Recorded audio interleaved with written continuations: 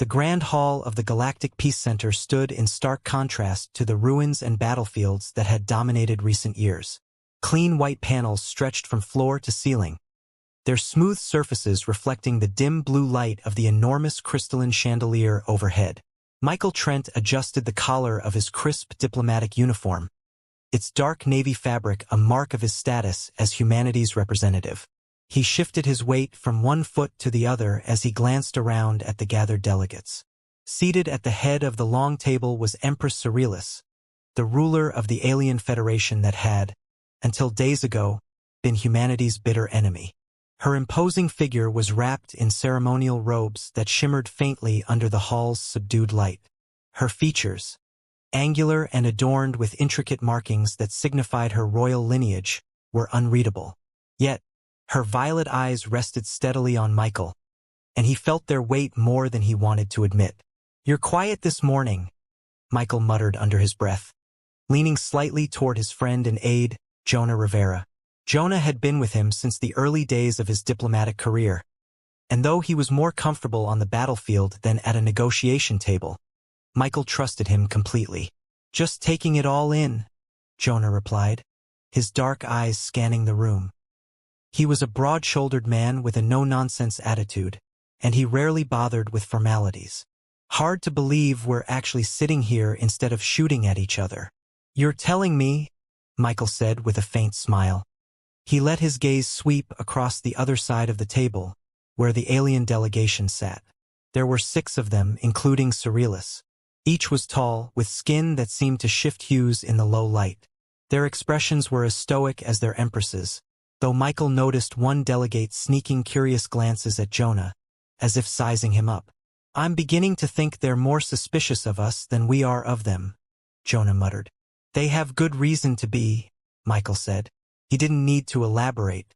The years of conflict had bred mutual distrust and left both sides nursing wounds that weren't easy to ignore. The sound of Cyrillus's voice cut through the quiet like a blade. "I believe we've all waited long enough," she announced, her tone even but firm. "The accords are here before us. We have the opportunity to end this war and begin rebuilding. The question is, are we prepared to act on it?" Michael glanced at Jonah, who raised an eyebrow. "Well," Jonah murmured, "she doesn't waste time." Michael cleared his throat and stood, drawing the room's attention. "Your Majesty," he began, addressing Cyrillus directly. "We've come here because we believe peace is possible. My people are prepared to sign the accords, provided that the terms remain as we've agreed." Cyrillus inclined her head slightly, but her eyes never left his. "And what guarantee do we have that your people will honor those terms?" she asked, her words as sharp as her gaze. Michael felt Jonah shift beside him, no doubt bristling at the implied accusation. Michael raised a hand slightly, a silent gesture to calm his friend. "The same guarantee we expect from you," he said evenly. "Trust is earned, not given. It starts here." For a long moment, Cyrillus said nothing. Then she rose from her seat with a smooth, deliberate motion. "Then let us begin earning it." She gestured to the table where the formal documents lay waiting, each page marked with the twin seals of both factions. Michael exchanged a glance with Jonah, who gave a barely perceptible nod. Together they stepped forward. As they approached the table, Michael felt the weight of countless eyes, human and alien, bearing down on them. He picked up the ceremonial pen and hesitated for only a second before signing his name. Cyrillus followed suit, her hand steady and graceful. When she was done, she set the pen down and met Michael's gaze again. "It's done," she said simply. "Yes," Michael replied, a mixture of relief and tension in his voice. "It's done." The delegates murmured among themselves, the subdued sound filling the hall. Michael glanced at Jonah, who gave him a small, satisfied smirk. "So," Jonah said under his breath. "What now, Mr. Diplomat?" "Now," Michael said, his eyes still on Cyrillus, "we see if we can make this peace last." As the delegates began to file out, Jonah nudged Michael lightly. "That Empress has her eye on you," he said in a low voice. "You'd better watch your step." Michael chuckled softly. I think she's watching all of us. Jonah shrugged. Maybe, but I know the look of someone sizing up an opponent. And she's not looking at me. Michael shook his head, but his thoughts lingered on Cyrillus' piercing gaze. He didn't have the heart to tell Jonah that, for the first time in years, he wasn't entirely sure who was the opponent anymore. Chapter 2. The Empress's Invitation.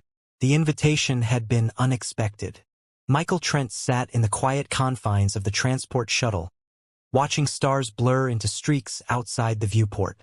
Jonah Rivera lounged across from him, arms crossed, his face unreadable.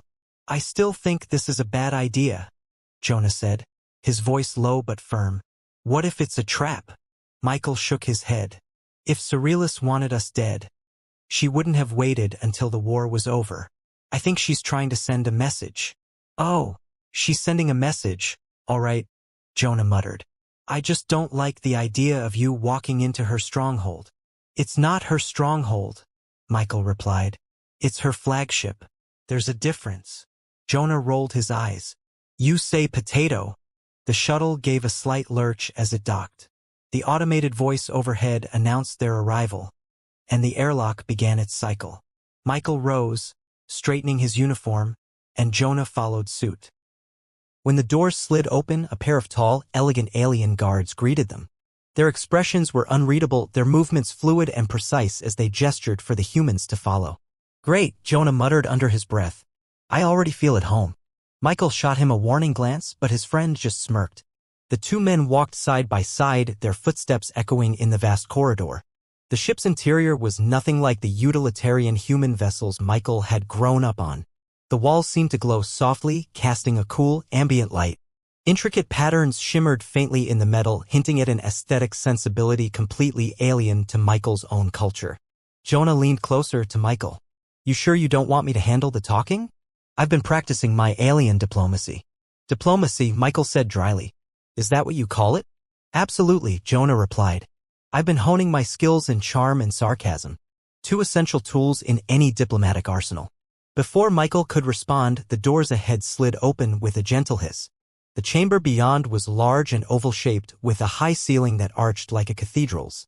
At its center stood Empress Cyrillus, her presence commanding yet oddly serene. Her robes flowed around her like liquid silver, and her violet eyes locked onto Michael the moment he entered. Representative Trent, she said, her voice carrying a melodic quality that seemed to fill the room. Thank you for accepting my invitation. Michael inclined his head. Your Majesty. I appreciate the opportunity. Her gaze flicked briefly to Jonah. And your companion? This is Jonah Rivera, Michael said. My aide and colleague. Jonah gave a short bow, his expression carefully neutral. Your Majesty. Cyrillus' lips curved in the faintest hint of a smile. A pleasure to meet you, Mr. Rivera. Jonah nodded politely, though Michael noticed his friend's hand drift instinctively to the sidearm he wasn't wearing. Protocol had required them to leave their weapons behind, something Jonah had not been happy about. Please, Cyrillus said, gesturing to a curved seating arrangement near the center of the room. Join me. Michael and Jonah exchanged a glance before moving to the seats. Cyrillus remained standing for a moment, her gaze sweeping over the humans as if evaluating them. Then she sat gracefully, folding her hands in her lap. I've called you here, she began, because I believe we have much to learn from one another. The war is over, but the challenges of peace have just begun. Challenges? Michael asked. What sort of challenges? Cyrillus' expression softened, her eyes meeting his directly. Mistrust, fear, the scars left behind by years of conflict. These things will not disappear overnight. And while our governments negotiate terms and sign treaties, I believe it is personal connections, relationships between individuals that will truly heal the divide. Michael nodded slowly. I agree. It's one thing to end a war. It's another to build something new in its place. Exactly, Cyrillus said. She leaned forward slightly, her voice dropping to a more conversational tone. Tell me, Mr. Trent, what made you choose diplomacy? Most humans who rise to positions of influence have backgrounds in military strategy or economics. But you seem different. Michael hesitated, caught off guard by the question. I suppose I've always been more interested in understanding others than in fighting them, he said finally. I believe that when we take the time to listen and learn, we can find common ground. Cyrillus studied him, her gaze thoughtful. A rare quality, she said. And one I admire. Michael glanced at Jonah, who raised an eyebrow as if to say, "Did she just compliment you?" Cyrillus' tone shifted, becoming more formal. "I hope that you will continue to work closely with my people. If we are to create a lasting peace, we must build trust through action, not just words." Michael nodded. "That's exactly what we intend to do." The conversation continued, touching on topics ranging from cultural exchange to joint development projects. Cyrillus asked thoughtful questions, listened intently to Michael's answers, and occasionally directed a pointed comment toward Jonah, who responded with his own brand of dry humor. As the meeting drew to a close, Cyrillus rose, signaling that the audience was over. "Thank you, Representative Trent," she said. "I look forward to our next discussion." Michael stood as well. "As do I, Your Majesty." She turned to Jonah. "And Mr. Rivera, it was a pleasure meeting you. I trust we'll see more of each other." "Sure," Jonah said, his voice light. "I'll bring the snacks next time."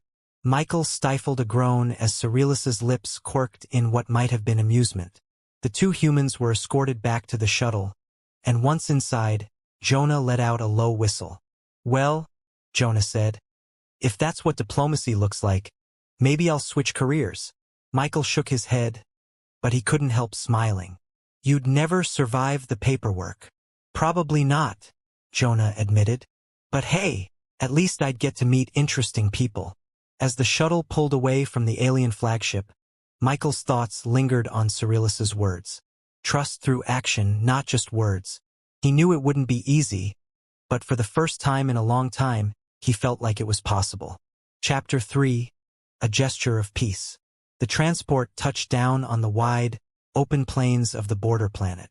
The site chosen for the joint cultural exchange facility was stark but full of potential.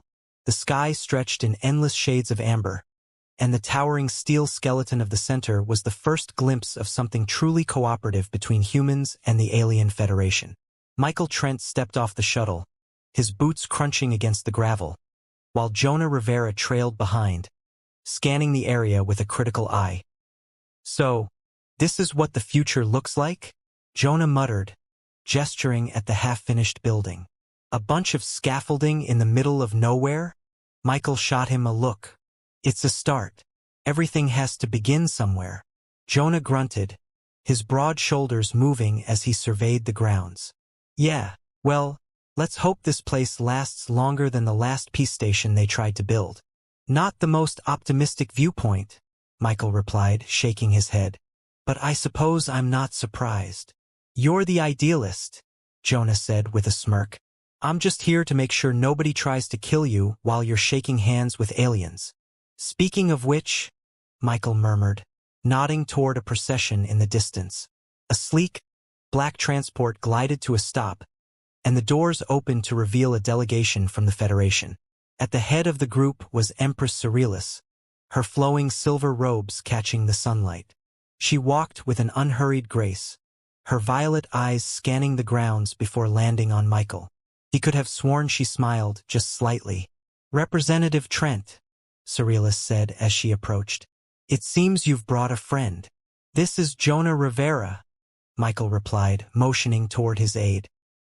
"He's been working closely with me on the cultural exchange project." Jonah stepped forward, offering a polite bow. "Your Majesty." "A pleasure, Mr. Rivera," Cyrillus said smoothly, her gaze lingering on him for a moment before turning back to Michael. "I'm eager to see what progress has been made." Michael gestured toward the building. "It's still early stages, but I'd be happy to give you a tour. You can see where we've been focusing our efforts." As they walked, Michael explained the layout of the facility, how it was designed to showcase both human and alien art, music, and technology. He pointed out where a future gallery would stand and described plans for an interactive learning center that would teach both species about each other's history and traditions. "You have high ambitions," Cyrillus commented, her tone thoughtful. "Do you believe people will truly come here? That they will embrace this kind of unity?" "I think they will eventually," Michael said. "It might take time, but people on both sides are tired of conflict. They want something different. And if they don't come, Cyrillus asked, her gaze fixed on him. Then we keep trying, Michael said simply. One step at a time. Jonah, walking a few paces behind, cleared his throat. Sounds great in theory, he muttered. Let's hope it works in practice. Cyrillus turned her attention to Jonah, raising a delicate eyebrow. Do you disagree with Representative Trent's approach? Not disagree, Jonah said, shrugging. Just skeptical. I've seen too many good ideas fall apart because people can't let go of the past. Perhaps, Cyrillus said, her tone neutral. But we cannot move forward if we do not try. Michael glanced back at Jonah, silently urging him to tone down his cynicism. Jonah rolled his eyes but kept quiet as they continued the tour. The group paused at an open-air amphitheater still under construction. Michael described how it would host joint performances, a place where human orchestras and alien choirs could blend their sounds. An ambitious vision, Cyrillus said, her voice carrying just the faintest note of approval. I must admit, I am curious to hear the results. Michael smiled. I hope we'll have the chance to show you when it's finished. As they walked back toward the main structure, Cyrillus turned to Michael. You have put much thought into this project. It is not what I expected. What did you expect? Michael asked. Cyrillus hesitated, her eyes searching his face. I expected more formality, more distance. But you speak of this project as if it is personal to you. It is, Michael said, his voice steady. I believe it's the only way we'll ever break the cycle. People have to see each other as more than enemies. They have to see each other as people. For the first time, Cyrillus's expression softened, her regal composure giving way to something more human, more vulnerable. An interesting perspective, she said quietly. Perhaps one worth exploring. Jonah, who had been lingering in the background, stepped forward. Well, Your Majesty, if you're impressed now, just wait until you see the cafeteria. It's going to be state-of-the-art. Cyrillus gave him a curious look, clearly trying to determine whether he was serious or sarcastic. Michael sighed, shaking his head. Jonah. What? Jonah said, grinning. It's true. You've got to start somewhere, right? Cyrillus's lips quirked, as if she couldn't quite suppress a smile. Indeed, she said. Perhaps that is where we start. The group made their way back to the main entrance, where the shuttles waited. Cyrillus paused, her gaze shifting between Michael and Jonah. Thank you for showing me this place. I see now that it is more than just a building. It's a beginning, Michael said. Then let us hope it is a strong one, Cyrillus replied. Michael nodded. Agreed. As Cyrillus boarded her transport and the doors closed behind her, Jonah crossed his arms and gave Michael a pointed look. You realize you're going to have to keep doing this. Playing tour guide, talking up the project, convincing people that it's worth it. I know, Michael said, but it's worth the effort. Jonah smirked. Well, if it means more conversations like that one, I might actually start to enjoy this. Michael laughed, shaking his head. I wouldn't count on that. As their shuttle lifted off, Michael looked back at the site. The building was still just a framework, but for the first time in a long while it felt like something real. Something possible. Chapter 4. Hidden Agendas. Michael paced his quarters, the hum of the station's life support systems barely noticeable in the background. The newly established Cultural Exchange Center was just beginning to come alive, but tensions remained high. It wasn't just the fragile peace that had everyone on edge. It was the whispers, the rumors. Jonah stood leaning against the far wall, arms crossed, his ever-present scowl more pronounced than usual. You're sure about this? Michael asked, turning to his friend. Jonah nodded grimly. I heard it straight from one of our own maintenance workers. There's a group of them, Michael. Humans who don't trust this peace and think we're handing over the keys to the galaxy. Michael sighed, rubbing his temples. They've got to understand that cooperation is the only way forward. If we keep acting like every alien is the enemy. They don't care, Jonah interrupted. They think you're too soft, that you've forgotten what we've lost. Michael shot him a sharp look. I haven't forgotten, But I'm not going to let a handful of bitter holdouts sabotage everything we've worked for. Sabotage, Jonah echoed, the word heavy. You think they'd go that far? Michael shook his head, uncertain. I don't know.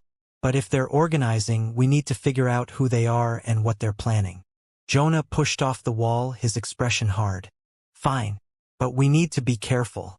If you start accusing people without proof, it could blow up in our faces.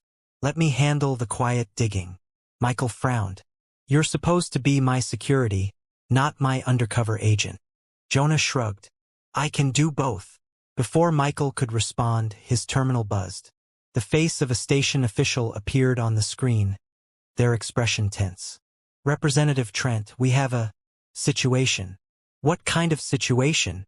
Michael asked, already bracing for bad news.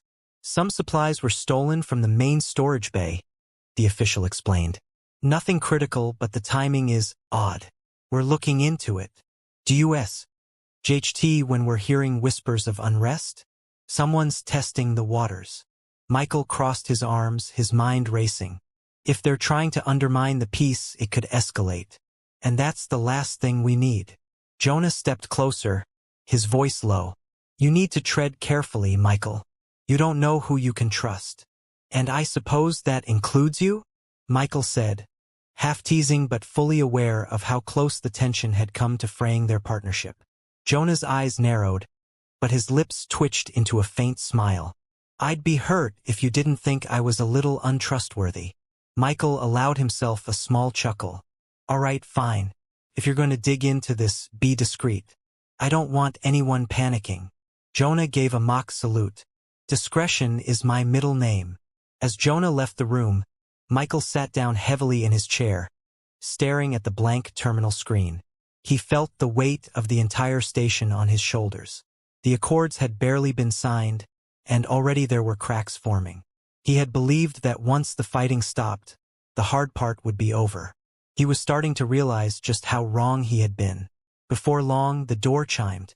Michael glanced up, expecting Jonah again, but instead he found Empress Surrealist standing there, flanked by two of her personal guards. She dismissed them with a slight wave of her hand before stepping inside. Your Majesty, Michael said, rising. I wasn't expecting a visit. I thought it best to speak with you directly, she replied. May I sit? Of course, Michael said, gesturing to a seat. Surrealist moved with her usual grace, her robes flowing around her like liquid silver. She sat across from him, her gaze sharp and unreadable. I've heard of the stolen supplies. Michael tilted his head. News travels fast. It always does, she said softly. And I cannot help but wonder if there is more to this than a simple theft. I was just discussing that with Jonah, Michael said. We think there may be a faction here on the human side that's unhappy with the peace. They may be testing how far they can push. Surrealist's expression remained calm, but her tone carried an edge. And what do you intend to do about it? Michael leaned forward, resting his elbows on the desk. We're investigating. Quietly. I don't want to risk making the situation worse. Wise, she said, nodding slightly. But I must warn you, Michael. If your people's unrest threatens this peace, it will not be just humans who suffer. I understand, Michael said firmly. But you need to understand, too. This isn't the will of the majority. It's a small, discontented group. Most humans want peace. Then show them the strength of that desire, Surrealist said. Your words must carry weight. Convince them that their fears are unfounded. Michael hesitated. You're suggesting I address the entire station? If necessary, yes, she replied. The more open you are, the less power the dissenters will have. Secrets and whispers fuel fear. Truth extinguishes it. Michael nodded slowly. All right, I'll consider it. Surrealist stood, her gaze lingering on him. I hope you do, because this peace is fragile, Michael. And if it shatters... She didn't finish the thought, but the unspoken words hung heavy in the air. Michael rose to see her out, and as she left, he felt a strange mix of determination and unease. He had always known that rebuilding trust would take time, but he hadn't realized how easily it could be undermined from within. When Jonah returned later that evening, Michael told him about the conversation with Cyrillus. Jonah listened quietly, then let out a low whistle. "Man, you sure know how to pick your allies," he said. "First she wants to negotiate peace. Now she's giving you advice on handling your own people." "She's not wrong," Michael admitted. "If we want this to work, we have to be as transparent as possible." Jonah smirked. "Well, you're the diplomat. I'm just here to make sure you don't get yourself killed while you're making speeches." "Glad to have you," Michael said, shaking his head. "Let's hope it doesn't come to that." The two men settled into a tense silence, both knowing that the challenges ahead would test more than just their patience. Chapter 5: The Festival of Stars. The central plaza of the neutral city pulsed with life, glowing with thousands of floating lights that mimicked the constellations of both human and alien homeworlds. The Festival of Stars had begun, a bi-species celebration intended to mark a new era of unity. Music, alien harmonics blending with human melodies, filled the air, creating a strangely beautiful atmosphere. Booths showcasing art, food, and technology from both sides lined the square, while visitors of every shape and hue mingled under the artificial starlight. Michael Trent adjusted the lapel of his jacket as he surveyed the scene. Beside him, Jonah Rivera was less formal, his jacket slung over one shoulder as he chewed on some kind of alien snack. "Nice turnout," Jonah remarked, waving the snack like a pointer toward the bustling crowds. "Looks like a galactic farmer's market on steroids." Michael gave him a sideways glance. "Not quite the comparison I'd use, but sure." Jonah grinned. "Come on, lighten up. This is what you wanted, isn't it? Humans and aliens bonding over weird food and shiny trinkets." "It's a start," Michael admitted. His eyes scanned the crowd, looking for a particular figure. "Have you seen?" Before he could finish, a ripple of attention swept through the plaza. Heads turned, conversations hushed, and then the crowd parted slightly to reveal Empress Cyrillus. Dressed in a long gown of shimmering midnight blue, she moved gracefully through the throng, her regal presence impossible to ignore. "There's your date," Jonah muttered with a smirk, popping the last of his snack into his mouth. "Keep it down," Michael muttered. "She's not. Just keep it down." Cyrillus approached and the crowd gave her a respectful berth. When she reached Michael, she inclined her head slightly. "Representative Trent." "Your Majesty," he replied, bowing his head in return. "I'm glad you could join us." Her violet eyes swept the plaza before returning to him. "This is quite the gathering. More than I expected." "It's a sign that people are willing to try," Michael said. "To understand each other." Cyrillus's lips quirked faintly. "You truly believe that understanding can come so easily?" "It's not easy," Michael said, glancing at Jonah, who shrugged as if to say, "You're on your own." "But this is where it starts. People sharing a space, a moment. It's small, but it matters." Cyrillus studied him for a moment longer, then turned her gaze to the performers on a nearby stage. An alien musician with a strange stringed instrument joined a human vocalist in a hauntingly beautiful song. The combination was both jarring and harmonious. "Perhaps you were right," she said quietly. Before Michael could respond, Jonah stepped forward. "Well, since you're here, Your Majesty, you should try some of the food. I recommend the little spiky things over there. They're an experience." Cyrillus raised an eyebrow. "An experience? Let's just say it'll make you appreciate your palace chef even more," Jonah said with a grin. Michael groaned. Jonah, maybe let her enjoy the festival without any culinary challenges. But Cyrillus seemed amused. "Perhaps I will try them later. For now, I would like to see more of what your people have brought." Michael gestured toward a nearby exhibit. "We have an art installation over here, human artists interpreting what they've learned about your culture. I think you'll find it interesting." As they walked, Jonah hung back slightly, but not too far. He never let Michael get too out of reach, and Michael knew it wasn't just out of friendship. Jonah didn't trust easily, and that extended to alien royalty. Michael could feel Jonah's eyes on him and Cyrillus as they approached the exhibit. The installation featured holographic sculptures, fluid, changing forms that shifted between human and alien influences. One moment a piece would resemble a traditional human figure, the next it would transform into something utterly alien with glowing fractal patterns that defied earthly logic. Cyrillus tilted her head, her expression thoughtful. "Your artists are bold." Michael smiled. "It's their way of showing respect." They're trying to understand your people through art. And what do you think of it? She asked, her gaze still on the shifting forms. I think it's a step forward, Michael said. It shows they're willing to learn. Surrealist's gaze flicked to him. And are you? Am I what? Michael asked. Willing to learn? She said, her voice quiet, almost challenging. Michael met her eyes. I think I've been learning ever since I met you. For a brief moment, the world around them seemed to fade. The music, the crowds, the festival, all of it became a distant hum as Surrealist held his gaze. Then, slowly, she inclined her head. I believe you mean that, she said softly. Michael felt a strange warmth in his chest. I do. Before the moment could linger too long, Jonah cleared his throat loudly. Hate to break up the philosophical musings, but the next show's starting. Michael shot him a look. Thanks, Jonah.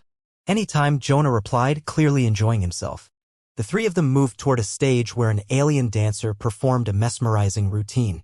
The movements were fluid and hypnotic, the alien's body illuminated by swirling lights that changed color with each motion. Surrealist watched intently, her expression calm but focused. When the performance ended, the audience erupted in applause, both human and alien. Michael glanced at Surrealist, who was still watching the dancer. What do you think? He asked. She turned to him, her violet eyes thoughtful. I think your people and mine have more in common than I realized. Michael nodded. That's what this is about. Finding common ground. Indeed, she said. Then, almost as an afterthought, she added, Thank you for inviting me, Michael. He was caught off guard by the informality, by the way she said his name without a title. You're welcome. As they continued walking through the festival, Michael felt a sense of cautious optimism. For the first time, it seemed possible that the division between their two peoples could be bridged. Even Jonah, who kept his usual snarky demeanor, seemed less tense. The festival would end, the lights would dim, and the performers would go home, but the connections made here, those, Michael hoped, would remain. And perhaps, just perhaps, this celebration under the stars would be the first of many to come. Chapter 6, Betrayal Revealed.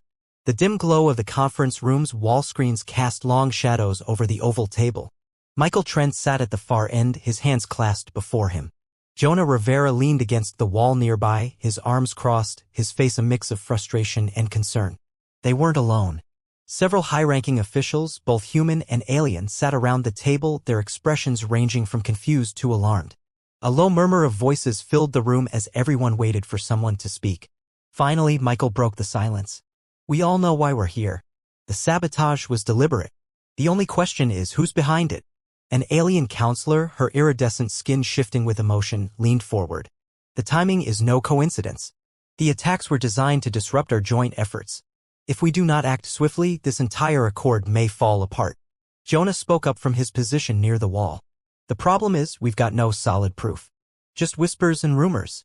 If we start pointing fingers without evidence, we'll only make things worse. Another official, a grizzled human general who'd reluctantly agreed to the peace, scoffed. We know exactly who's behind it. Some of our own people never wanted this accord. They see any cooperation with the Federation as a betrayal.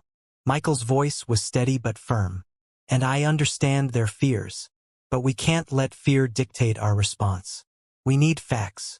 A holographic display flickered to life in the center of the table. It showed a series of data points, transport logs, communication records, supply inventories. Michael gestured toward it. This is what we've gathered so far. A series of missing shipments, intercepted messages, and an unusual number of unauthorized access attempts in restricted areas. Surrealist, who had remained silent until now, finally spoke. Her tone was measured, her gaze sharp. This pattern suggests an organized effort, but it doesn't tell us who is behind it. Michael nodded. Exactly. And until we know for certain, we have to tread carefully. If we act without proof, we risk damaging the fragile trust we've started to build. Jonah stepped forward. So, what's the plan? Sit on our hands and hope they slip up again? No, Michael said. We take precautions. Increase security around key infrastructure, monitor communications more closely, and work with both human and alien intelligence teams to identify the source. Another counselor, a younger alien with a streak of defiance in her voice, interjected. And what if the saboteurs are not caught in time? What if they strike again? Jonah answered before Michael could. Then we deal with it. But we won't jump the gun and accuse the wrong people. That's how you start another war. The room fell silent again, the weight of the situation pressing down on everyone. After a moment, Cyrillus leaned forward, her hands resting lightly on the table. I agree with Representative Trent. Rash actions will only deepen the divide. We must be vigilant, but also measured. Michael looked around the table, his gaze meeting each set of eyes, human and alien alike. The success of this accord depends on how we handle this moment. If we panic, if we accuse without proof, we give the saboteurs exactly what they want. We have to be better than that. The grizzled general muttered something under his breath, but he didn't argue further. Slowly, one by one, the officials began to nod. The tension in the room lessened, though it didn't disappear entirely.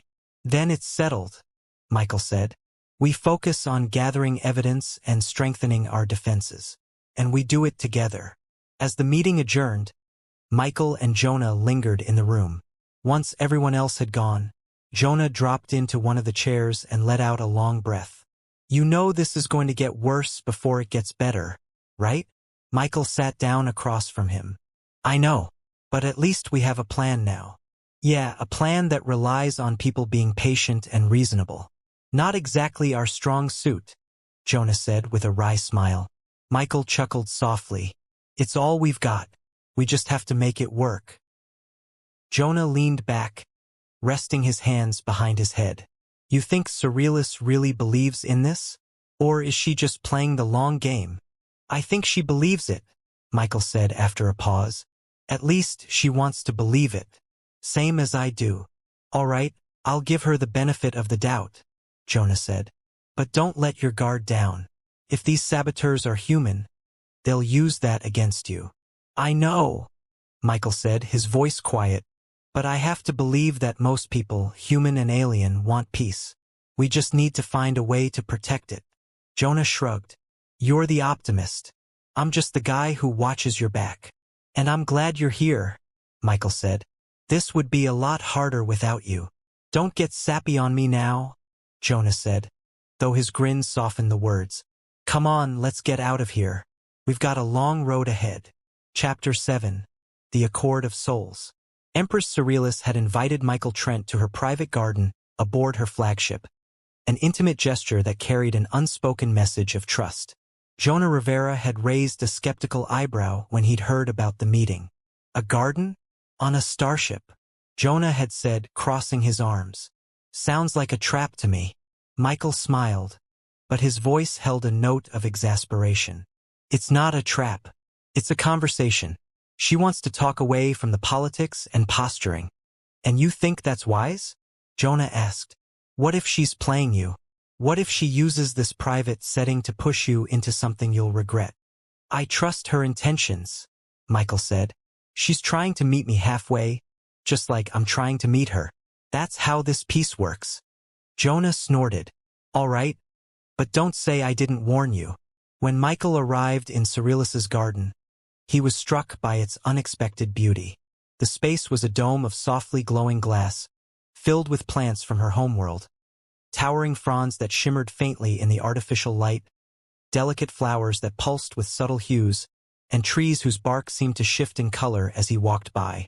The air was warm and fragrant, carrying a faint, sweet aroma he couldn't identify. Cyrillus was standing near a still pool of water, her violet eyes fixed on the surface. She turned when she heard his footsteps, her expression calm but inquisitive. Representative Trent, she said, her tone softer than usual. Thank you for coming.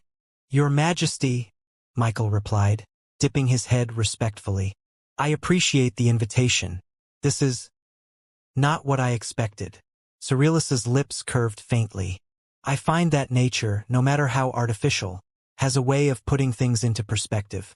I thought it might be easier to speak here, away from the constant scrutiny of our respective delegations. Michael nodded, glancing around. It's certainly peaceful. A good change of pace from council chambers and conference tables. Exactly, she said. She gestured toward a curved bench made of smooth, pale stone. Shall we sit?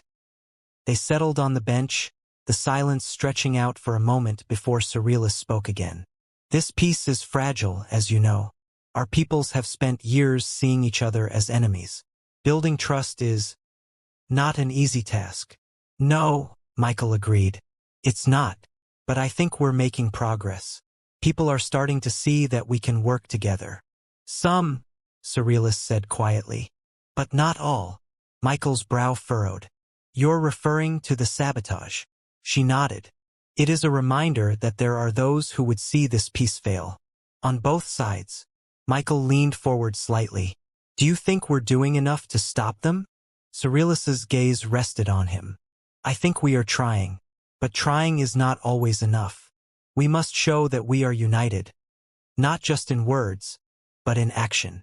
Michael considered her words. What kind of action do you suggest? Surrealist's expression softened. I believe it begins with understanding. You and I must set an example. Show our people that despite our differences, we can trust one another. Michael nodded slowly. That's why we started this accord. To show that trust is possible. But trust must be earned, Surrealist said. And it cannot be done alone. Michael met her gaze. You're right. We can't do it alone. Surrealist reached out, her hand hovering just above the bench's surface. It is strange, she said almost to herself, that I should find myself speaking so freely with a human. Michael smiled faintly. And yet here we are. She looked at him, her violet eyes searching his. Do you believe that peace will last, Representative Trent? Truly? Michael held her gaze. I believe it can. If we work together, if we stay honest with each other, it can last. For a long moment they essay. Away. Michael, she said softly, her voice almost a whisper. I want to believe in this peace. I want to believe in us. His chest tightened. Not with fear, but with the realization that the connection he had felt was shared. We can make this work, he said. If we trust each other, we can make it work. Her fingers shifted, gently lacing with his. The simple gesture felt more significant than any treaty or signed accord. It was a promise, unspoken but understood. When they finally parted, Michael found Jonah waiting for him near the docking bay. Jonah raised an eyebrow. So? How was the garden? Michael smiled, the tension in his shoulders easing for the first time in weeks. It was productive. Jonah studied him, his gaze narrowing slightly. Sure it was. Come on. Let's get back to work. As they walked back toward the human delegation's quarters, Michael felt a new sense of resolve. The peace was fragile, but it wasn't impossible. And now, more than ever, he was determined to make it last. Chapter 8. Unity in Diversity. The Grand Hall of Galactic Unity was an impressive sight. Newly rebuilt after the recent unrest, it stood as a symbol of cooperation between two civilizations that, until only recently, had been locked in conflict. The vast chamber was filled with representatives from across the Federation and humanity. Delegates murmured quietly, waiting for the ceremony to begin. Above them, a shimmering dome projected scenes of Earth's forests blending seamlessly with the alien jungles of Surrealist's homeworld. Michael Trent adjusted his tie, glancing over at Jonah Rivera, who was fiddling with his jacket collar. Couldn't they find a tailor who understands human anatomy? Jonah muttered. I feel like I'm wearing a straitjacket. You'll survive, Michael said with a faint smile. Just think of it as another diplomatic challenge. Jonah snorted. Some challenge. All I have to do is stand here and try not to look like an idiot.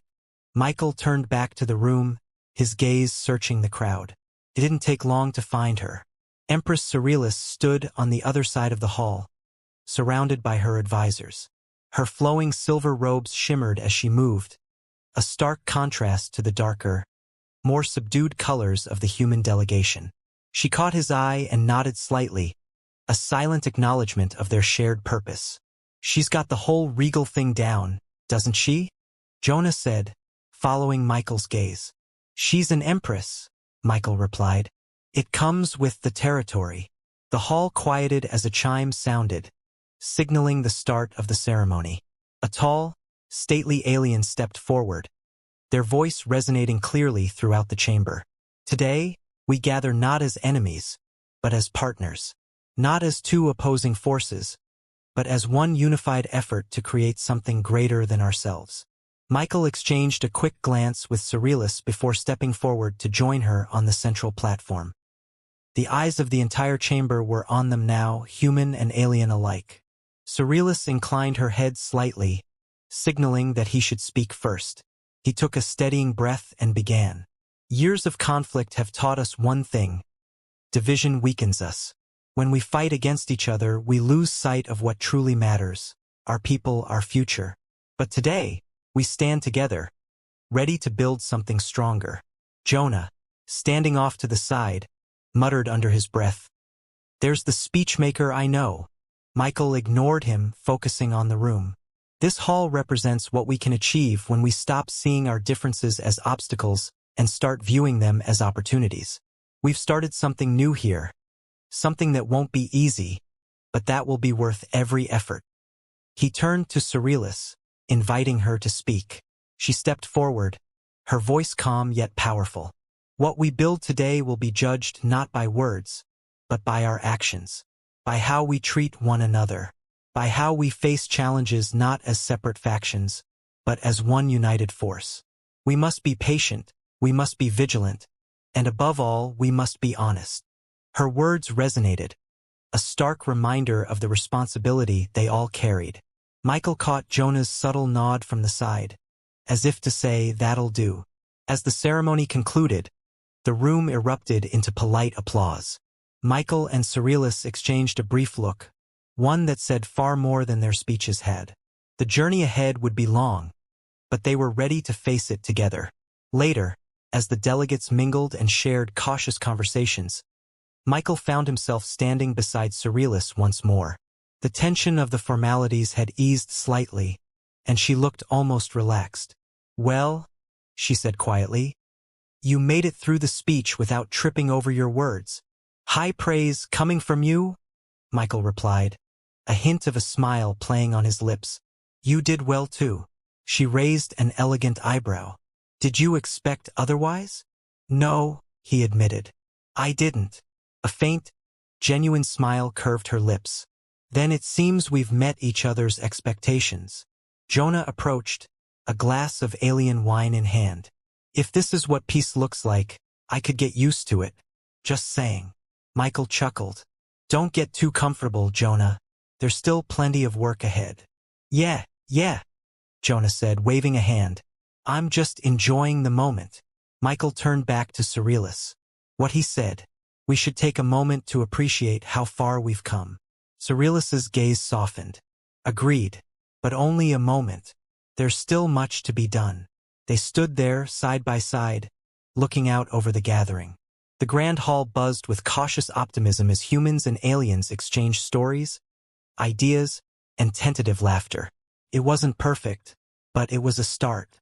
And sometimes, Michael thought, a start was all they needed.